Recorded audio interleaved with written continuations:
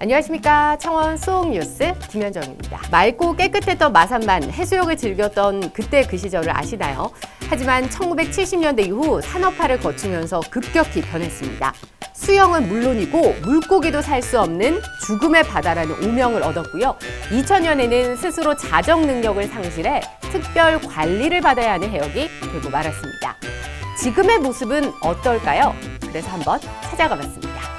바닷물색 보이시나요? 최근에는 1970년 이후 사라졌던 해양 보호생물 잘피해 서식도 확인됐고요. 하나, 둘, 셋, 넷. 준비 운동 후 입수. 가포해수욕장 폐쇄 뒤 44년 만에 처음으로 수영도 해봤습니다. 바다에서 수영 정말 오랜만에 했는데요. 일단 바닷물이니까 짭네요. 근데 바닷물이 입에 들어와도 두려움이 없다는 거예요. 물이 그만큼 깨끗해졌기 때문에. 여기서 쏙! 이전과는 달라진 마산만 어떻게 가능했을까요? 마산만 수질 개선을 더는 미룰 수 없다. 우리 시대의 시급한 과제라는 인식으로 창원시가 마산만의 수질과 생태계를 회복하기 위해 추진한 사업들이 있었습니다. 2007년 전국 최초 연안오염 총량 관리를 시작으로 2018년 마산만 수질 개선 방안 발표, 그리고 지난해 10월부터는 수영하는 해맑은 마산만 부활 프로젝트를 진행하고 있는데요. 해양, 환경, 하수, 하청 관련 부서들이 협업한 마산만 해양수질 개선 TF를 중심으로 3대 전략, 10개 중점 과제, 45개 세부 사업들을 추진하고 있고 지금도 현재 진행형이라는 이야기죠. 창원시는 오늘 2023년까지 마산만 수질을 COD 1.7 ppm, 수영이 가능한 마산만을 만들어서 내년에는 수영 대회까지 열겠다는 목표인데요. 오늘보다 내일 더 맑아진 마산만, 마산만의 기적은 지금 시작됐습니다. 최근 5년간 창원시의 미세먼지, 초미세먼지의 농도를 분석해봤더니 진짜 대기질 상태가 좋아졌습니다.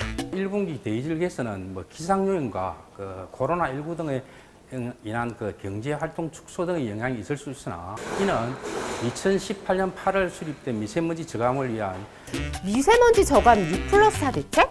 그게 뭐길래 효과를 봤을까? 먼저 미세먼지의 주범으로 꼽히는 노후 경유차. 창원시는 3,800대에 이르는 노후 경유차 폐차를 지원했고요.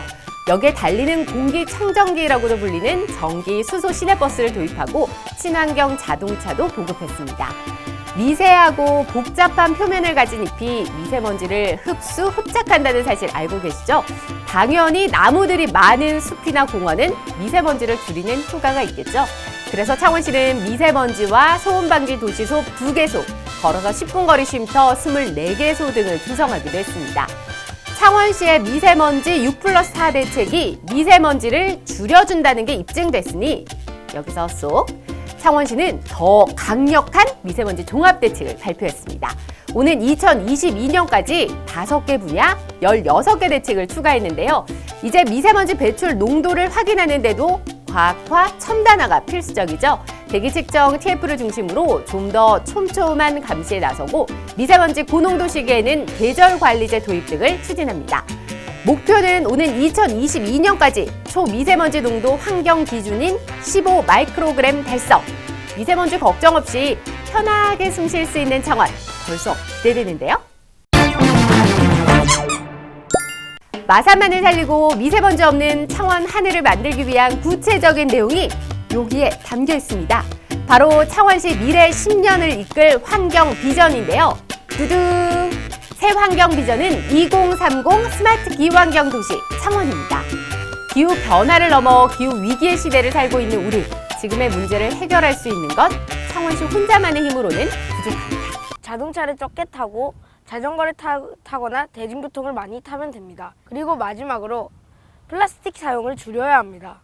한 사람의 10발자국보다 10사람의 한 발자국이 더 소중하다라는 말이 있습니다.